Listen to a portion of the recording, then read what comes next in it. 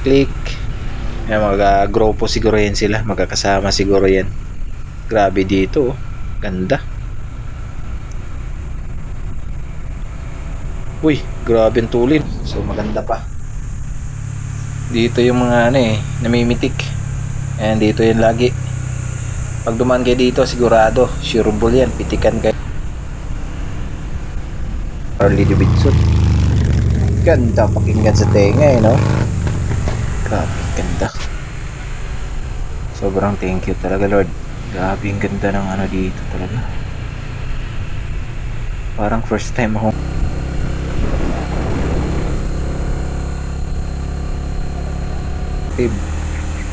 Panoorin nyo lang mga paps, kasi mahaba itong video. Mga buko, kung gusto natin ng buko, maganda rin yung resulta ng video na to.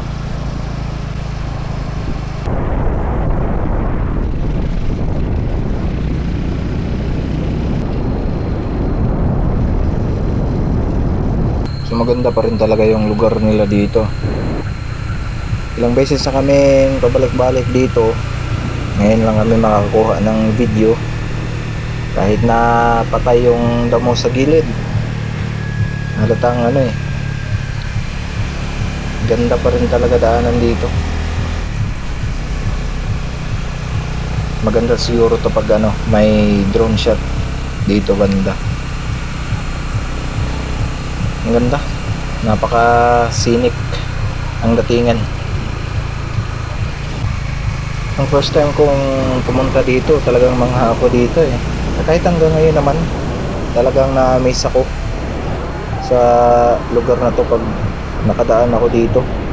Kasi isipin mo, bundok na ito, talagang tingnan mo naman yung mga kahoy, di ba? Talagang gubat na pero walang imposible talaga sa ito na magsisimula yung mga bengkengan. Hindi tayo marunong mag-bengkeng. Bebengkengin natin to. Ang sarap mangurbada dito.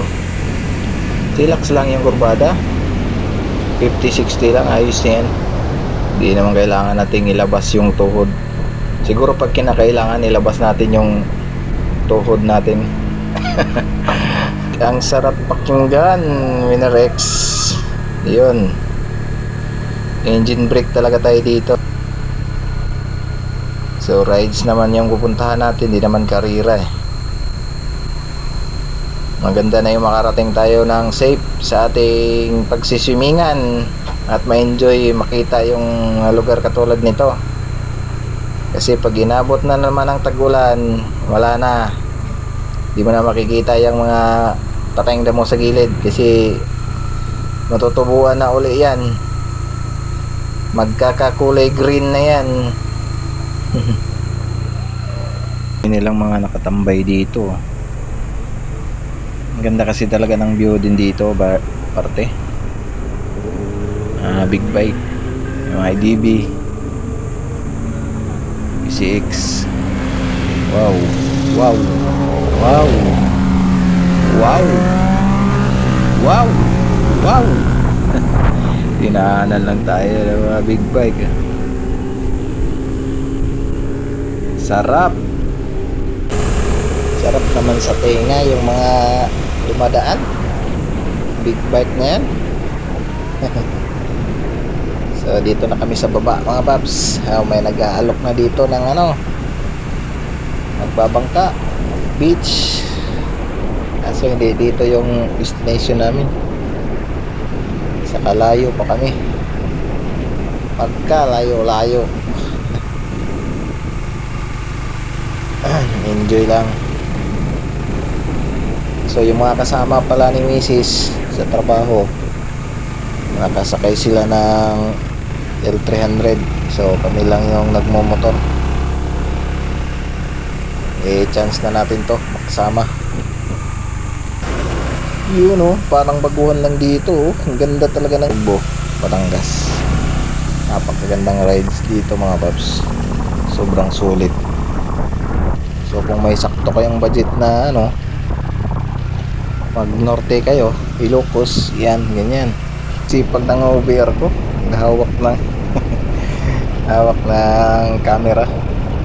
So wala pa kasing mga bracket na pambili. So yun, tiis-tiis na lang muna habang wala pa. Ang ganda siguro nito pag ganitong kuha pag magbablog ka. So syempre ganun talaga pag mag-uumpisa wala namang diretso agad na kumpleto agad yung gamit.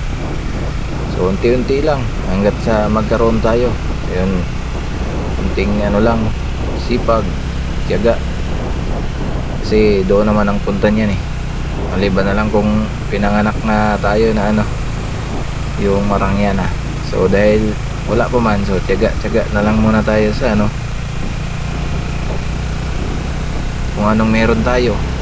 Huwag nating pilitin. Darating din ang panahon na pero yun, challenge sa atin to na hindi pa naman huli para sa atin din na mga umpisa pa lang pag motovlog. So yun, kailangan pa nating sipagan kasi magastos talaga. Unang una sa biyahe, gasolina, tapos yun yung mga bayaran sa saan yung magaganda ding output sa mga video mo. So yun,